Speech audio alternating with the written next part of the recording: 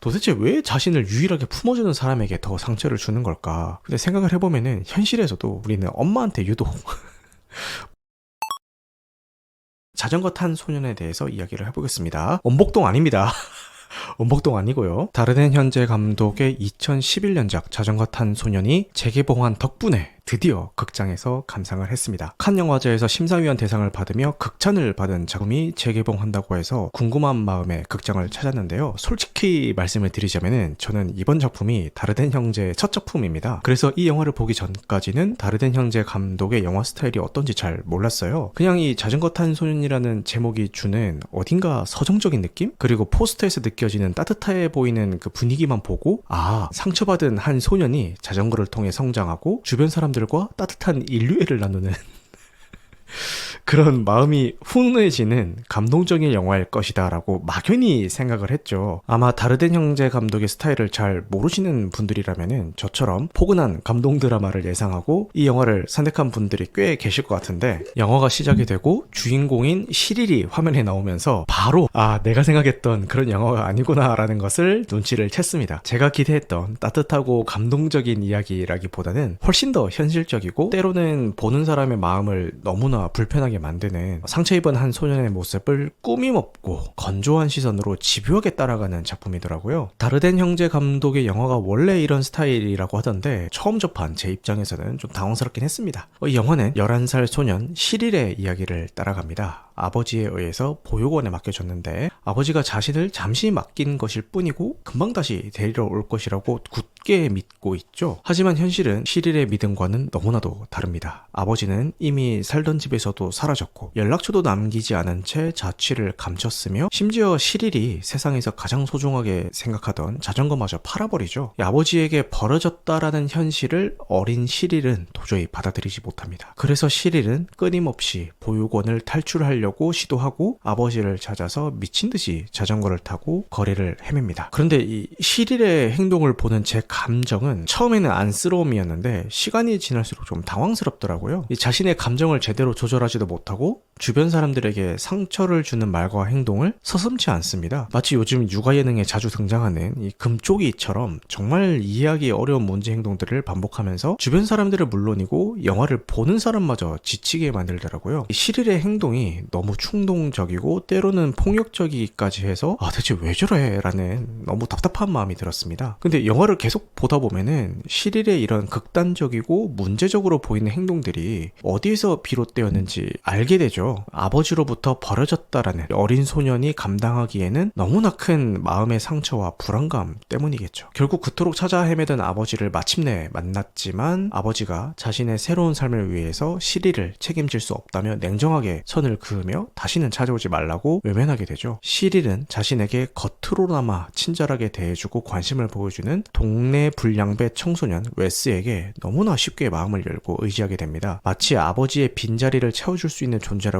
착각이라도 하는 것처럼 웨스를 무작정 따르기 시작하죠. 결국 시릴이 위험한 범죄의 길로 빠지게 되는 안타까운 결과를 초래하게 됩니다. 아버지로부터 받아야 될 기본적인 인정과 사랑의 결핍이 한 아이의 삶을 얼마나 위태롭게 만드는지를 보여주는 장면이죠. 이렇게 위태로워 보이는 시릴 앞에 한 여성이 나타납니다. 동네에서 미용실을 운영하는 사만다인데요. 보육원에서 도망치던 시릴이 다급하게 사만다를 붙잡게 되면서 둘의 인연이 시작이 됩니다. 사만다는 현실에서는 찾아보기 힘들 정도로 시릴에게 헌신적입니다. 처음 만난 순간부터 어떤 계산이나 망설임 없이 이 시릴을 돕기 시작하는데 아버지가 팔아버린 시릴의 자전거를 수소문해서 자기 돈으로 사서 되찾아주기도 하고 주말마다 시릴을 자신의 집으로 데려와서 함께 시간을 보내는 위탁모 역할까지 하죠. 심지어 시릴이 저지른 강도 사건으로 인해서 발생한 피해 보상금까지 자신이 대신 내주기도 합니다. 그리고 자신에게 반항하다가 휘두른 흉기에 팔을 찔리는 심각한 상황에서도 시릴을 원망하거나 경찰에 넘기기는커녕 오히려 용서하고 끝까지 품어줍니다. 시릴을 돌보는 문제로 남자친구와 갈등하게 되고 결국 이별하게 되죠. 그렇게까지 하면서도 사만다는 시릴의 곁을 지켜줍니다. 솔직히 저는 이 영화를 보는 내내 사만다의 이런 거의 뭐 성모 마리아와 같은 자기 희생적인 사랑과 헌신을 좀 이해하기는 어려웠거든요. 첫 만남부터 시릴은 도망치기 위해서 이 사만다를 붙잡는 다소 좀 위험해 보이는 행동을 했는데, 보통 사람이라면은 당연히 두려움을 느끼고 그 아이와의 관계를 좀 피하려고 하지 않을까요? 물론 나중에 시릴이 아버지에게 버림받는 가슴 아픈 현장을 사만다가 직접 목격을 했기 때문에 뭐 연민의 감정이 생겼을 수도 있는데, 하지만 그것만으로 이 헌신적인 행동을 전부 설명하기에는 뭔가 좀 부족하다라는 생각이 들었습니다. 도대체 왜 사만다는 아무런 관계도 없는, 심지어 자신에게 상처까지 주는 이 문제아 소년에게 아무 조건도 없이 모든 것을 내어주는 걸까요? 이 영화는 마치 의도적으로 사만다의 과거사나 내면에 대해서는 자세하게 설명해주지 않는 것 같았습니다. 사만다 역시 과거에 비슷한 상처를 가지고 있었는지, 아이를 간절히 원했던 건 아닌지, 단순히 연민이 유난히 깊은 사람인 건지 명확한 설명을 해주지 않죠. 굳이 영화적으로 좀 해석을 해보자면은 이 사만다의 행동을 개인적인 동기로 표현하지 않음으로써 사만다의 이 선택과 행동을 단순한 뭐 동정이나 연민 이런 게 아니라 보편적인 이 사회적인 선택과 행동으로 표현하고 싶었던 것 같아요. 그게 아니고서는 제 개인적인 성향으로는 사실 좀 이해하기 힘들긴 했습니다. 근데 이렇게 자신에게 잘해주는 사만다에게 시릴은 고마워하거나 마음을 열기는커녕 오히려 더 못되게 굴고 반항을 하죠. 이것도 제가 영화를 보면서 너무 답답했던 지점인데, 도대체 왜 자신을 유일하게 품어주는 사람에게 더 상처를 주는 걸까? 근데 생각을 해보면은 현실에서도 우리는 엄마한테 유독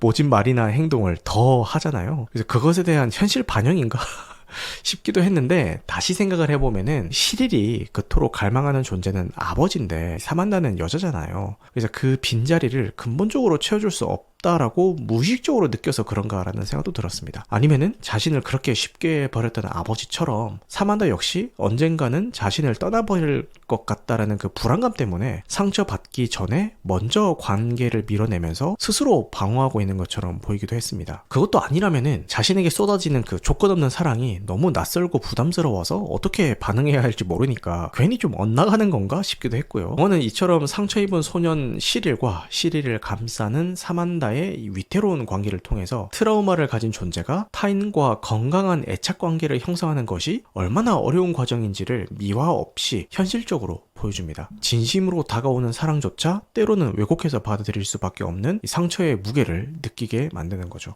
영화의 제목에도 들어가 있는 자전거는 시릴에게 단순한 이동수단이나 물건 이상의 의미를 가지고 있습니다. 자전거에 유독 집착하는 그런 모습을 보여주죠. 이 자전거는 아마도 아버지가 시릴에게 사준 마지막 선물이었을 가능성이 높습니다. 아버지가 자신을 버렸다라는 냉혹한 현실을 인정하고 싶지 않은 시릴에게 이 자전거는 아버지와의 유일하게 남은 연결고리이자 아직은 아버지가 자신을 완전히 버리지 않을 것이라고 생각하는 그런 희망의 상징일 수도 있겠죠. 하지만 영화가 진행이 되면서 자전거의 의미는 조금씩 변하는 것처럼 보이기도 합니다. 영화의 마지막 장면에서 시릴이 자전거를 타고 가는 모습을 보여주는데, 과거의 상처를 완전히 극복했다라고 할 수는 없겠지만 그럼에도 불구하고 앞으로 나가려는 조용한 의지를 보여주는 것 같기도 했습니다. 어쩌면 자전거는 이제 시릴에게 도피와 저항의 도구가 아니라 상처를 안고서라도 새로운 관계를 형성해 나가는 발판이 될 수도 있을 것 같습니다. 이 영화를 만든 다르덴 형제 감독의 스타일에 대해서도 잠시 이야기를 해야 될 것 같은데, 앞서 말씀드렸듯이 저는 이분들의 영화를 처음 봤습니다.